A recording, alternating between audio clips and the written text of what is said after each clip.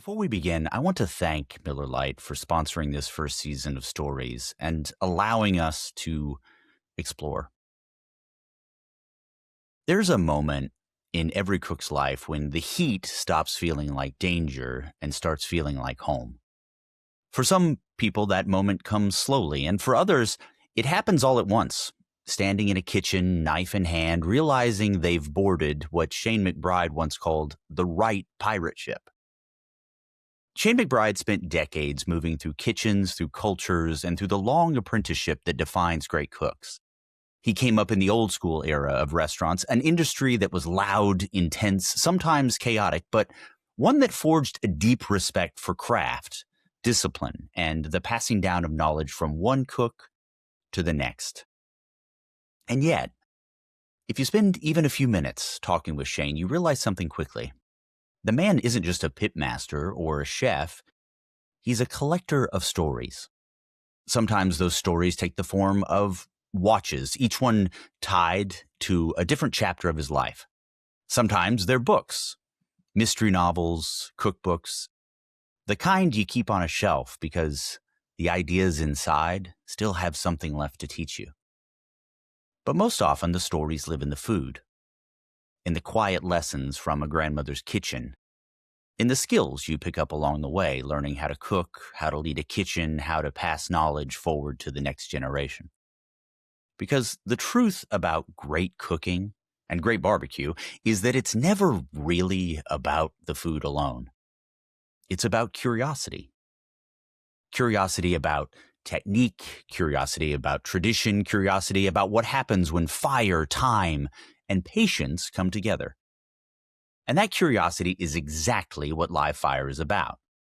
This first season is a journey across the people who make up the modern live fire cooking community, pitmasters, chefs, and craftspeople who share a common language written in smoke and steel.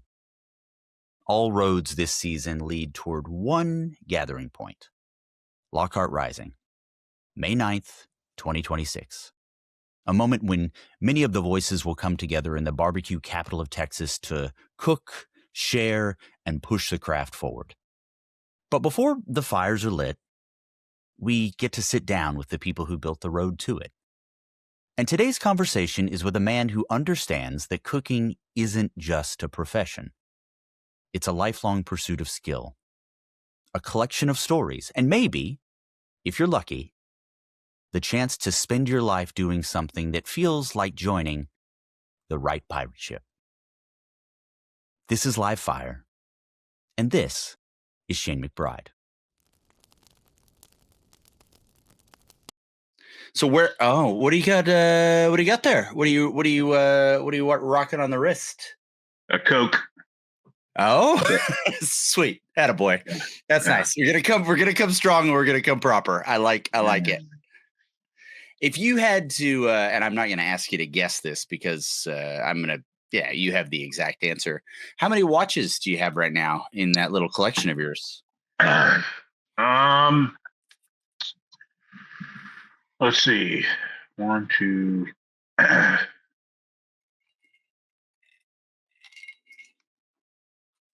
have about 10 watches. What's your daily driver? I switch it all the time. Yeah. I kind of go, yeah, I mean, they're kind of all in my closet, so I just grab one daily. So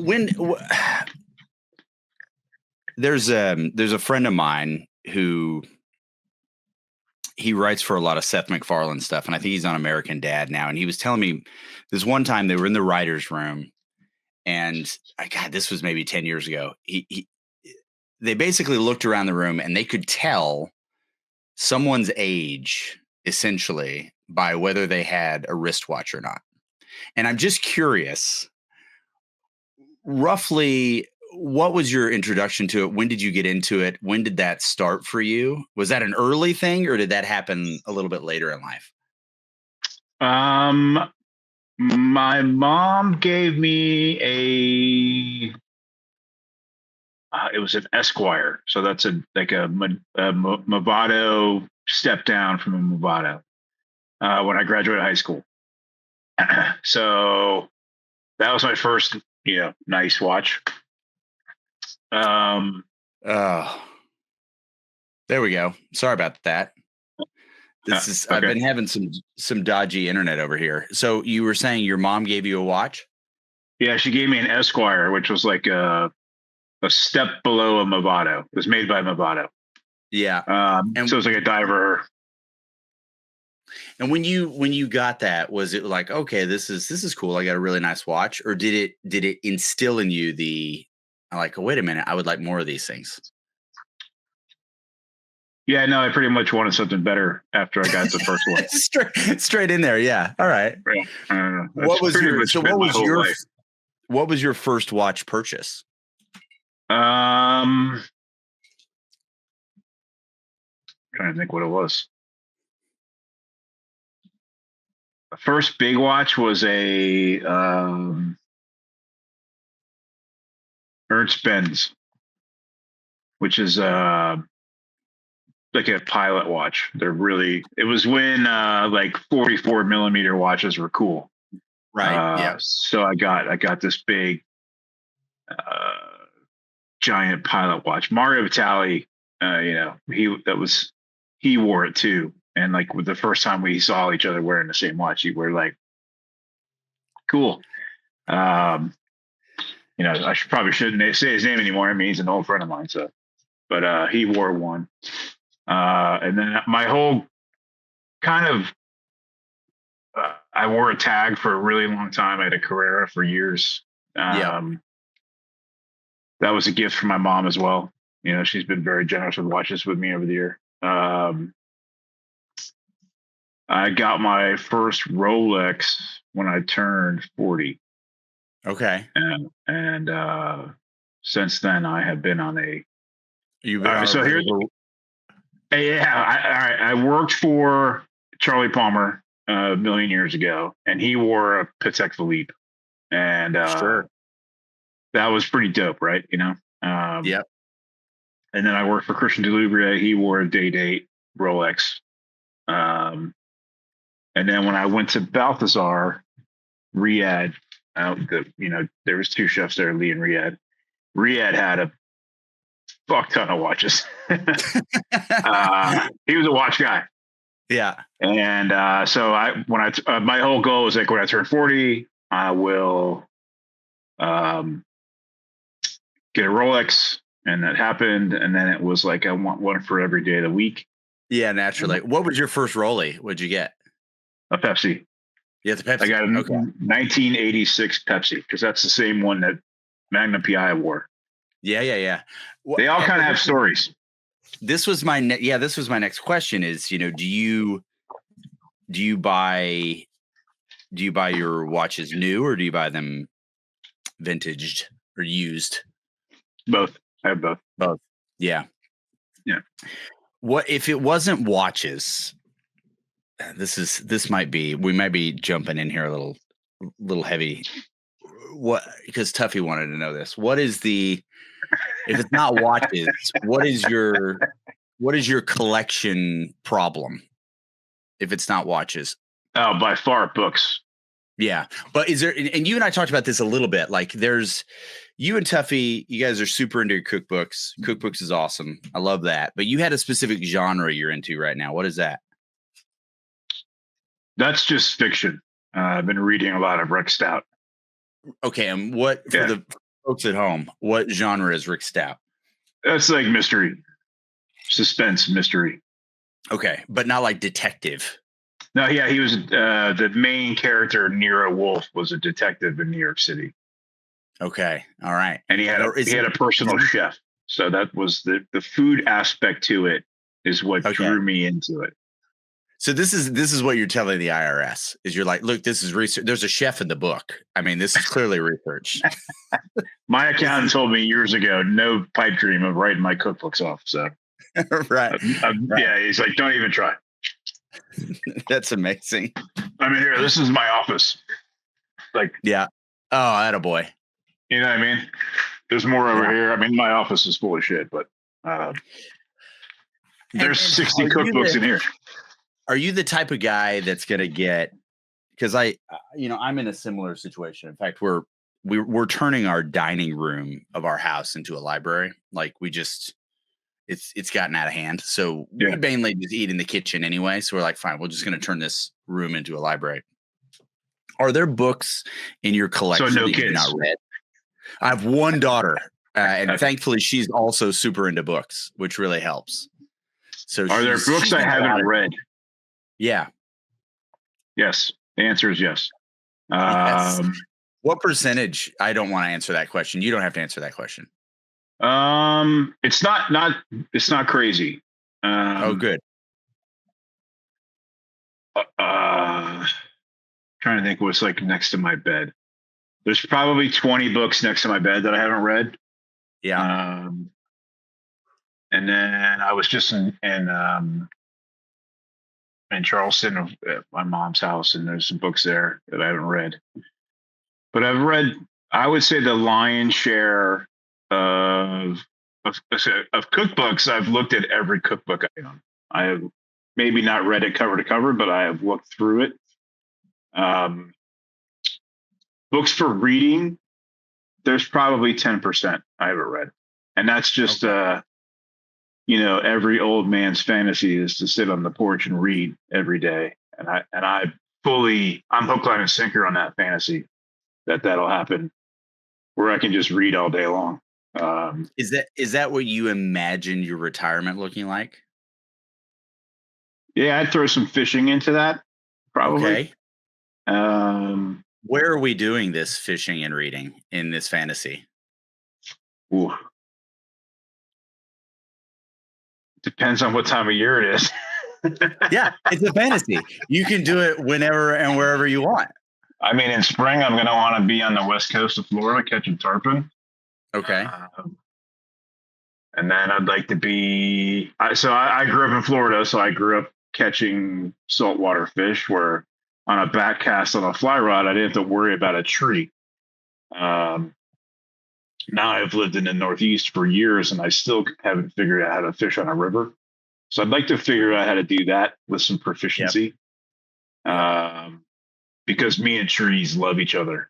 So like I'd love to learn how to do that a little bit better. So as long as I can catch something from a saltwater area at one point, that's cool. And then I would struggle with the freshwater for the rest of the year. So we've got this, you're outlining what I would imagine is, although probably not squarely within the archetype, but I would say it's a pretty Rockwellian retirement, what we're looking for here. This is we're fishing, we're sitting on a porch, we're reading. What else are we doing during this retirement? Or is that it?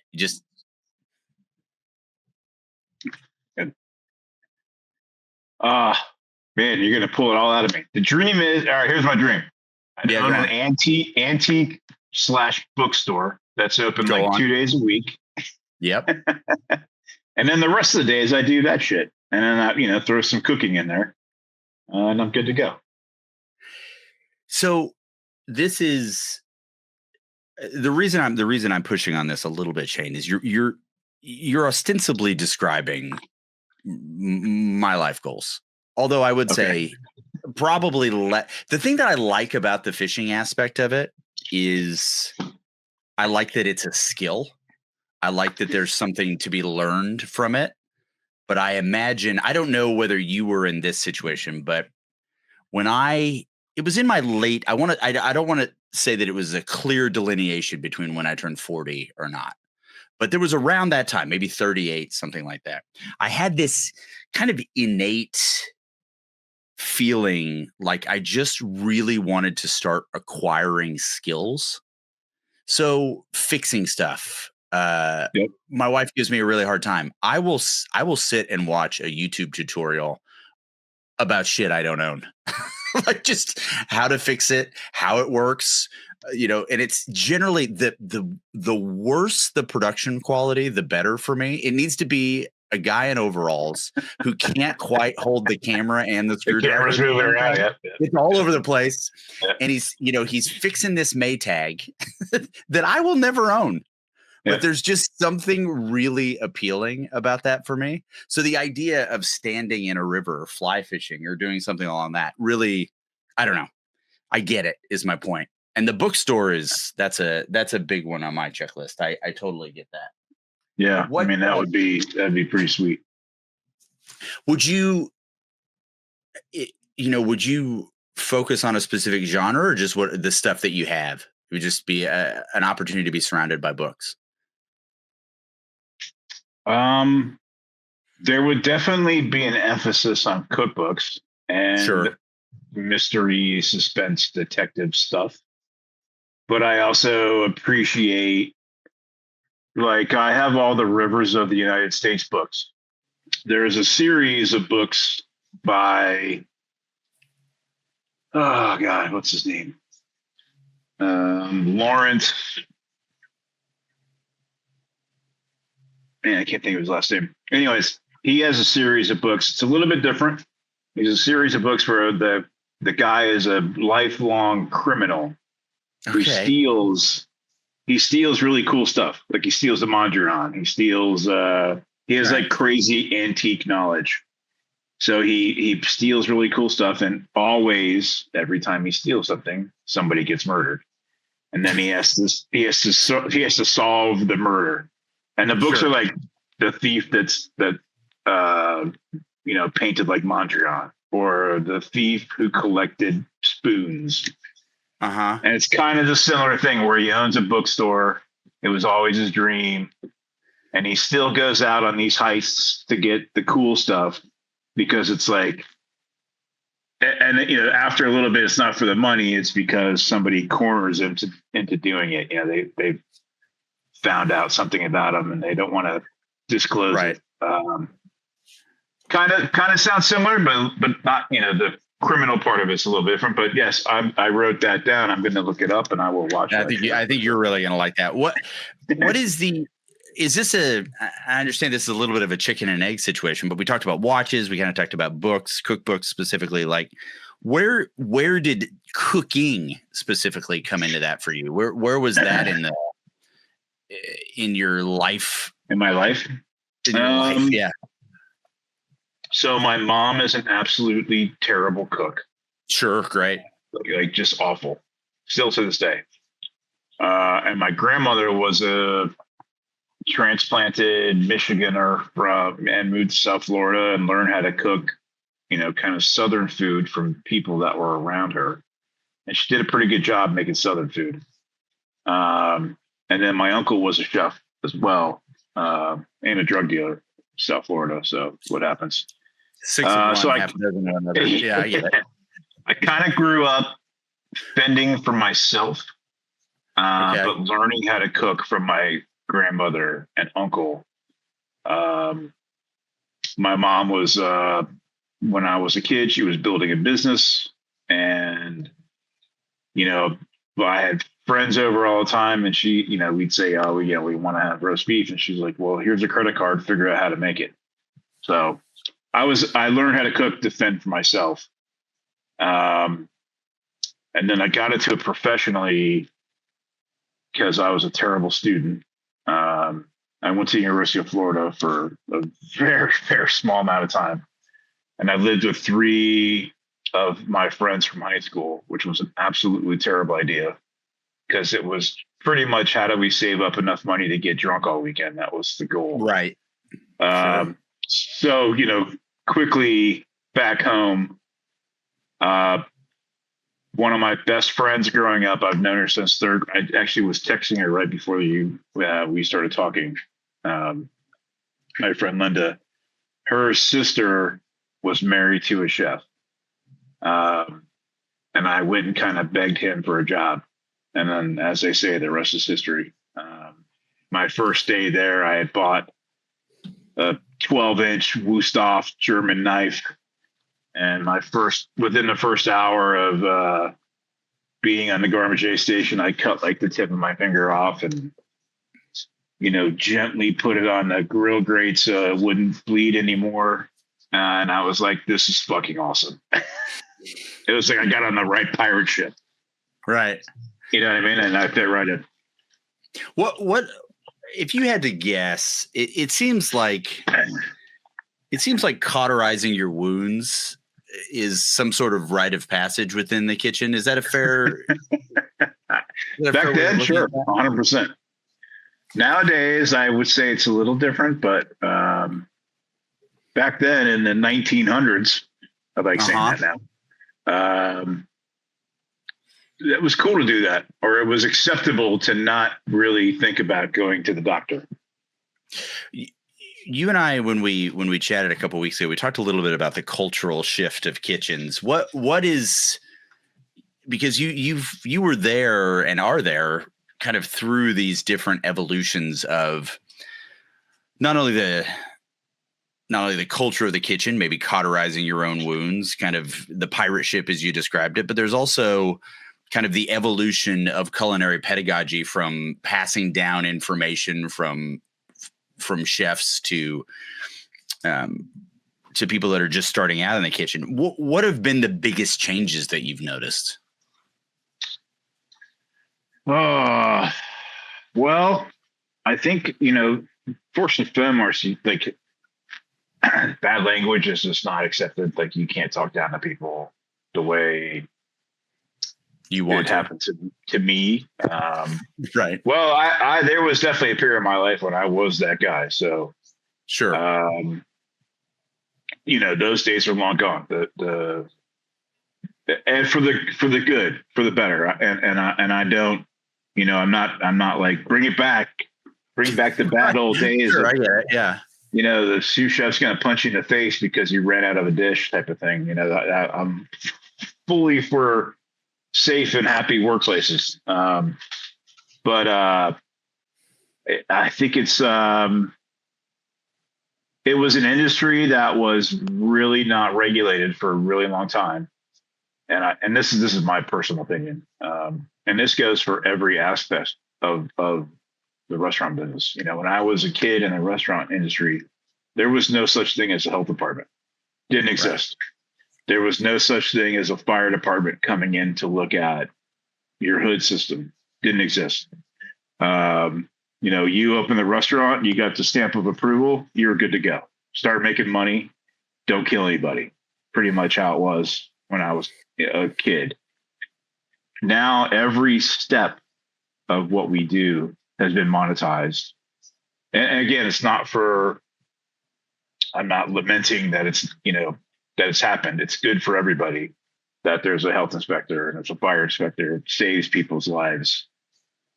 But it's changed how, and that just goes right along with how people are treated. There wasn't a human resources department anywhere in the restaurant business. And, when I first got into a hotel, I was like, human resources, what does that mean?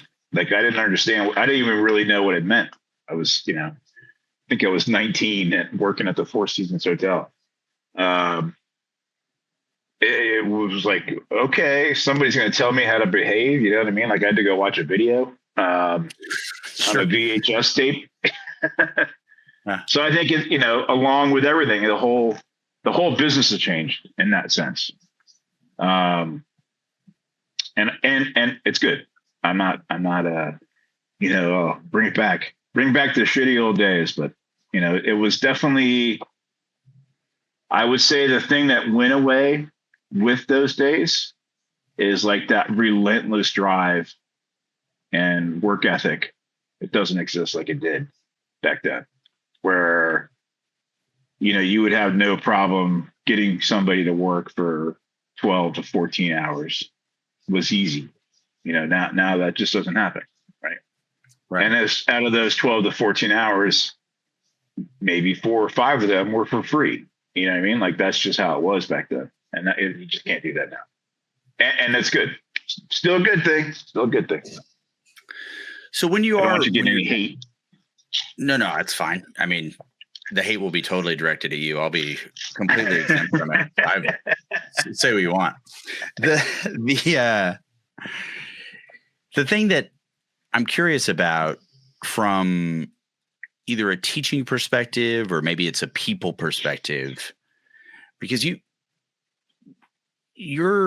your experience, specifically what I'm thinking about here is at Balthazar, how, the way that Tuffy described it, he meant this very complimentary, but it was a machine. Like it was wildly efficient, especially when you consider the scale. How do you get to that point? How does that happen? Well, I inherited that machine. Yeah. And when I got those keys, I had a learning curve to figure out how to maintain it. And that was kind of like, there's a big part of that restaurant where you have to put your ego in check. You're not going to be making a 5-pan pickup for every dish, because if you do that, then the restaurant will go out of business. It is like you design the menu around how fast can this get done from prep to plate, and how efficiently can I make this happen? So I'm thinking about that when I'm writing the menu. I'm not thinking about, wow, that would be great to use this amazing duck from Long Island. I'm thinking about, okay, if I get that duck, how can I use it? You use the legs, the wings, the back, everything to make a buck, and how fastly we can do it. So that restaurant changed my way of thinking from, like, when I worked before I was with McNally, I worked for Tom Colicchio, and that was like, go to the green market and get really awesome produce and make a cool menu every day. Totally different. Like, you couldn't do that at Balthazar, because that would take throw the broomstick in the cog and the machine would come to a stop. So, I inherited it from Lee and Riyadh, and it was already a finely running machine. I just tried to keep the gears polished and, running along. I did switch out vendors and I kind of tried to bring in a little bit better quality. I changed some cooking techniques here and there.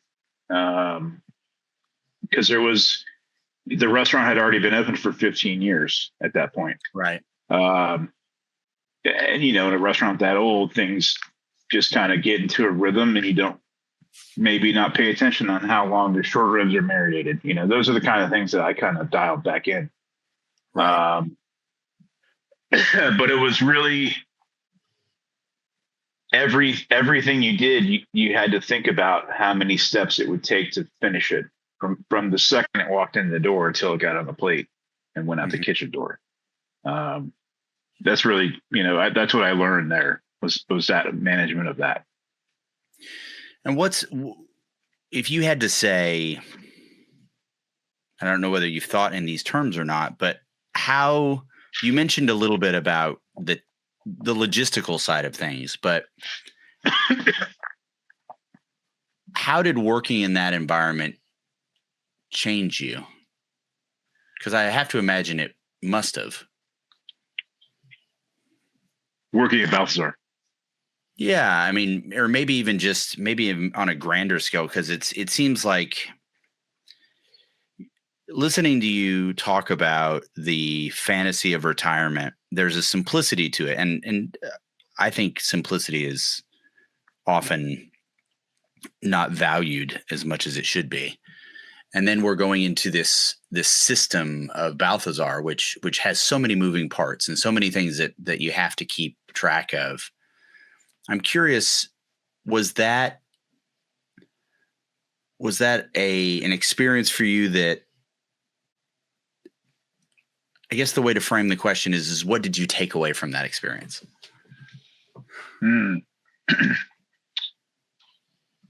a couple of things to that. One is, and this isn't really cooking related. I got to open a couple of restaurants with Keith, and to watch him go through his process and the attention to detail was really eye-opening to me. To not that I'm ever going to go back and open up a Balthazar again, but when we opened Balthazar London, I watched him like have them tear up floor tiles because, they were put in the wrong way, and they were like purposely worn down to look older. So it looked like Balthazar. And they put a few of them in the wrong way. Instead of saying, all right, we'll just let that live, it was like, nope, take them up, do it again. It delayed the project by 4 weeks because we had to wait for the tiles. But that was like no sacrifice. And when you walk into one of his restaurants, it feels like you're in Paris, or, you're in Italy, right? You feel it. And that really is that attention to detail. So that was one of the things I learned there. The other thing is we were talking about with the food, like the machine aspect of it. It was, and this was something that I had already started doing from my early career when I was, trying to be fancy, when I was a young cook, the French Laundry cookbook came out, and the first El Bulli cookbook came out. And this is like, the beginning of like modern, right now, gastronomy. This is like kind of when I was a young cook. That's when this stuff was happening. And there was a lot of me that was like, this shit's awesome, and this is what I'm going to do for the rest of my life. And I did it for a long time. But as I got older, and I think this is what you're talking about, the simplicity, I found that a plate didn't need to have 6 garnishes and a cup with a sauce on it, and then a sprinkle from something else to make it cool. If you just spend a little bit of time focusing on what the prep is and what's going into it, making it delicious, it makes a huge difference. I mean, I did a stage at WD-50 when it first opened up. I think Wiley always tells me I was the first stage there. And I remember him, like the most distinctive thing I remember that whole week, besides being like, we're in a scientific lab here making food, was that, his approach to stuff is making it cool and it has to be delicious. Like that was it. It didn't matter if it had, 17 different chemicals in it. It had to be delicious. There was no other end goal except delicious. And that always stuck with me. That's, I really, that was just like something, look at this guy doing the coolest food in the world, but it has to be delicious. Even if it was like, if he made something that floated above your plate by some magical process, it was going to taste fucking awesome. And it didn't matter what it took to get there. It just had to be delicious. So I think when I got to Balthazar, I had already like jettisoned everything. Like, right, I didn't care about, hydrocolloids and spherification, those things. I dabbled in it and it was gone. I'd rather just make, and then like working for Tom was a big thing. Like, let's buy really cool, great stuff, great food, great meat, great produce, great seafood. Start with the best and cook it, don't fuck it up and just make it delicious. That was kind of the beginning of me just stripping away all those years of, kind of a Michelin 3-star ideal of what it takes to have amazing food. And then by the time I got to Balthazar, it was like, these 3 things taste amazing together. Let's make them as good as we can and put them on a plate. You got a great sauce, you got a great piece of meat and some delicious potatoes. Great. There's a plate. You know what I mean? And that gets you right in the barbecue where it's, it's like the less shit I can do to something in barbecue is better for me. 100% on barbecue. The more stuff you put in the barbecue, I think messes it up. What is How did you get from the world of the Balthazars, the Colecchios, the French Laundry aspirations to barbecue? Where did that land for you? Is because I know that obviously in your past you had, your uncle, certainly your grandmother, they were cooking some Southern food. I have to imagine some elements of that were barbecue. What were Oh, yeah. what was the introduction for you, or what was the transition, I guess is a better way of thinking about it, from your previous life in the more executive chef world to, less, brisket? How do you get there? So my uncle did make barbecue. I grew up making And meth, sauce. barbecue and meth. Really? Nah, he was pre-meth. He was crack. Oh, sorry. Yeah. We were more of a crack family. Yeah, fair enough. I'm sorry. I didn't mean to disparage you. We always made our version of this barbecue sauce called Blue Front. Blue Front was like a barbecue restaurant that had been in West Palm Beach for, by the time I was a kid, had already been around for 20 years. It had already burned down once, the kind of place. Right. Right. Yeah. You know what I mean? So that was the sauce I grew up with. My uncle would smoke ribs on a cheap ass stick burner from Ace Hardware that sat outside in the Florida rain and sun for years. And, we'd slather that sauce on there, and that was barbecue for me growing up. Then fast forward to my New York years, I was fortunate enough to do some traveling with some chefs that I worked for, and got to try cool barbecue in other places. And, it was something that always kind of stuck in my head. Excuse me. One of the things I always thought about was like, and Tuffy uses the term stereotypical flavors of barbecue. That is what everybody thinks of barbecue tastes like. And I had always thought about like, what if I cooked, even if it's a different piece of meat, like I'm going to cook a duck in a smoker. This is before I knew what Chinese barbecue was. Right. So that was something I always played around with when I was, oh God, my kids were 3 and 2, 4 and 2. My ex and I had a house in upstate New York, and I used to commute to the city, but I bought my first smoker for me just so I could be like, all right, I want to make these flavors of, I'm trying to think where I went. That was like, I went to Dreamland in Alabama, and had like a prophecy moment, like, whoa, wow, that's barbecue. And I wanted to recreate that. And, I started toying around with it. And then I convinced, his name is Damon Wise. He was Tom's Cookie's kind of corporate chef. We got a smoker for one of the restaurants so we could mess around with adding smoke flavors to stuff. And that's kind of the rest is history from there. We got the smoker. Me and Damon cooked for the Kraft Christmas party. I think I told you the story. And Tom said, you guys should compete. He had just judged in Memphis in May.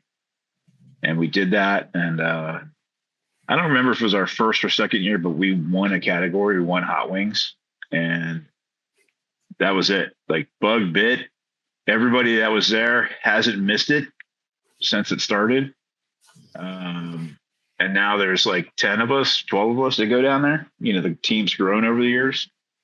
But it was kind of like it's touch and go. Like I grew up eating one type of barbecue. I got to try some other barbecue when I was a younger cook. I got that smoker. I was lucky enough to have a house. And then, me and Damon just got after it. And over the years, when we first started doing it, we were down at South Beach Food and Wine. And I met Chris Lilly, and, he's what I call my barbecue dad. Chris was really my first introduction into competitive barbecue, and me and a guy named Adam Evans, who is a James Beard award-winning chef at the Automatic Seafood in Birmingham, Alabama. We went to Chris's shop down in Decatur, spent like 4 or 5 days with him, just tooling around with all of our, I think we had 10 or 12 rubs and 10 and 12 sauces. And we just like dissected each one of them. And it's kind of like what we use now kind of came out of that. The basis of what everything that even Pig Beach is came out of that. We call them the barbecue jam sessions. Mm-hmm. So it's been like, I kind of took the same approach to it when I met Chris. It's like, hey, I want to come stage for you. And he was like, what does that mean? I'm like, I want to come work for free. And he's like, all right, cool. And then that's how it just kind of kept going. There's a guy named John Wheeler. I did the same thing with him. I'm like, hey, I want to come hang out with you and learn what you're doing. Because he had just won Memphis in May. Since then, he has joined my team and we won Memphis in May. So it's like full circle moment. It's all about poaching cow. Yeah. If you were judging brisket, that was a long-winded answer. Sorry. No, it was great. If you were judging brisket, what to you is like nails it? What are the qualities you're looking for in a brisket? I am looking for I like a crusty brisket. I like a really good nice crust. Bark. I like a good bark. I like very moist. For me, the perfect bite of brisket is the crusty top part of the flat. That's like the best part. So if you can nail that to me where it's still moist, it's got a nice texture, it doesn't immediately dry out in your mouth, it stays moist as you're chewing it, that's you got it figured out. And how is that seasoned for you? That's what? How is it seasoned for you? Oh, I'm cool with, as long as it's got a good bark, I'm cool with anything. Like I just had a brisket the other day that we were playing around with that was like Szechuan peppercorns and had a lot of sugar in it. So kind of Asian-y. And it was awesome because it had that bark crunch, but it was on the back end of it was spicy as shit, but it was like really interesting crunch. And I thought it was great. But it's totally not like typical. It's not stereotypical flavors of barbecue, right? Yep. Tell me a little bit about the evolution of Pig Beach. When did that come along for you? So Pig Beach started in 2015. I was at Balthazar. My partner, Matt Abdu, was the chef de cuisine at Del Posto, which is a Mario Batali restaurant, super big, fancy Italian joint. We were neighbors, actually, when I worked for Colicchio. Craft Steak and Colicchio & Sons were right next door to Del Posto, so I had known Matt for a long time. But we had a mutual friend. His name was Rob Schwager. He was a regular at both restaurants. He was actually an investor at Del Posto. And he started getting into competitive barbecue with Matt. And they have a team called Salty Rinse Barbecue. And he signed himself up for Memphis in May. And we had been going for a couple of years already. So me and Rob started chatting about Memphis in May. We just became friends, started hanging out. He had a house in the Hamptons. Go cook barbecue out there with him. Kind of just became friends. And Rob's a big food guy. So, he just kind of, we were always going out to eat or cooking at his house. And then I guess probably like 3 years after I met Rob, opportunity came up in Brooklyn to do a pop-up on the Gowanus Canal, and basically an old garage backyard, and we did it. And it was Pig Beach on one side, and like there was a bar on the other side called Swan Dive.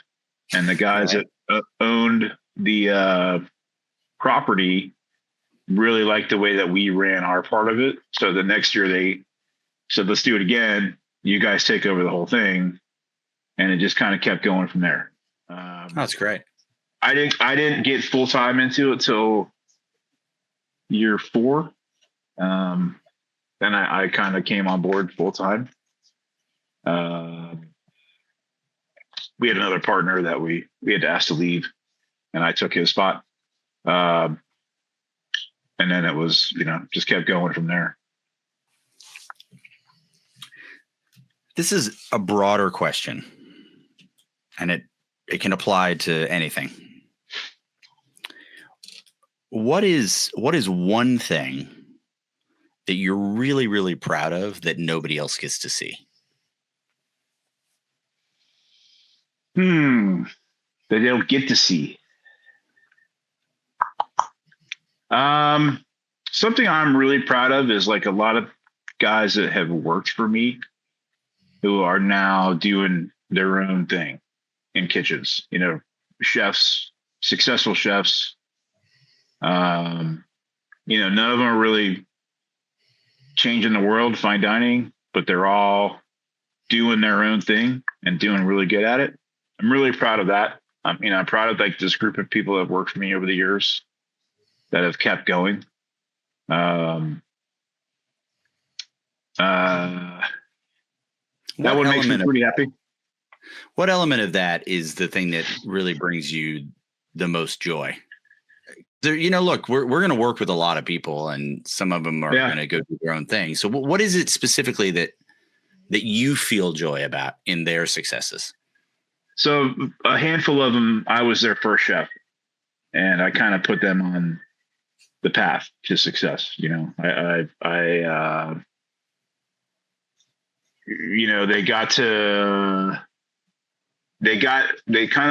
I was a young guy who was really wanted to be something in the food industry. So they got on board a train ride with a guy who was driven to be the best at the time.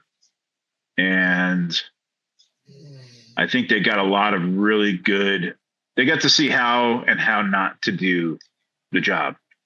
And I think the guys that are successful, I talked to a couple of them still, and they're like, you were good and bad. Like, I wouldn't be here if you weren't my first chef, I think.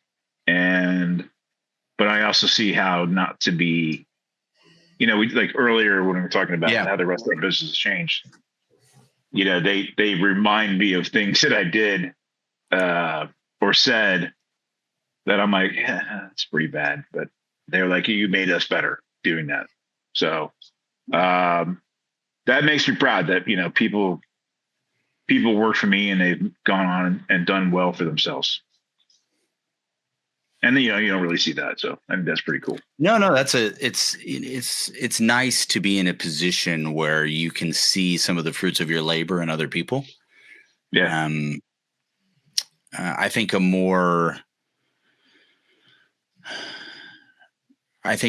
stock answer, and one that probably would have won you more favor with the audience, would have been your children, but you chose other chefs, and that's fine. We all make mistakes. Well, you can see my kids. We can edit it again. Do you want to say it again and talk about your kids? Sure. My kids are awesome. In the back of my head, I was like, wow, should I say something about my kids, or should I just talk about the guys that work for me? No, you nailed it. What's something that you're looking forward to, that you're really excited about? Oh, anything on the horizon? Not right now. We are. It could be anything. I mean, it could be you could order a book and you're waiting for it to arrive. Whatever it is. Well, I always look forward to New Year's and fish at Madison Square Garden. So that's coming up. Oh my God. Did you go to the Baker's Dozen? the last time they were here? I went to 8 of the Baker's Dozens. And I'm assuming that was probably 8 songs worth of music. Yeah, 8.5. 8.5. Oh, good. They really expanded there. I like they it. Did. They shortened a song, so there was a half. They shortened one song. I really look forward to that. Oh, that's cool. Yeah. I got my wife into them. So, how many of those have you been to? Fish shows? I don't know. Madison Square Garden specifically. My wife has been going since 2010, I think was her first show. So 15 plus we've gone to, right. I think. That's correct. I mean, we were thinking that she's broken 100 shows. My first show was in 92. I have no idea how many shows I've been to. I never kept track. I never was that person. No, that's fine. So you don't collect ticket stubs? No. It's a little bit surprising to me. I have some, but that's the thing, was like, if it made it home from the show, I still have it probably. Yeah, that's fair enough. Yeah. You know what I mean? Like, if it made it home, chances are I have it. Most of the time, it probably ended up in the washing machine. Yeah. Or didn't make it out of the venue. That's my. I didn't pay attention to where my ticket stubs went, and I have friends of mine that bust my balls about that. But like, honestly, it's the last thing I was thinking about. Where's my ticket stub? Who cares? You'll be fine. Yeah. You'll be fine. Yeah. Thank you for this, Shane. I really appreciate it, man. Yeah, it's good.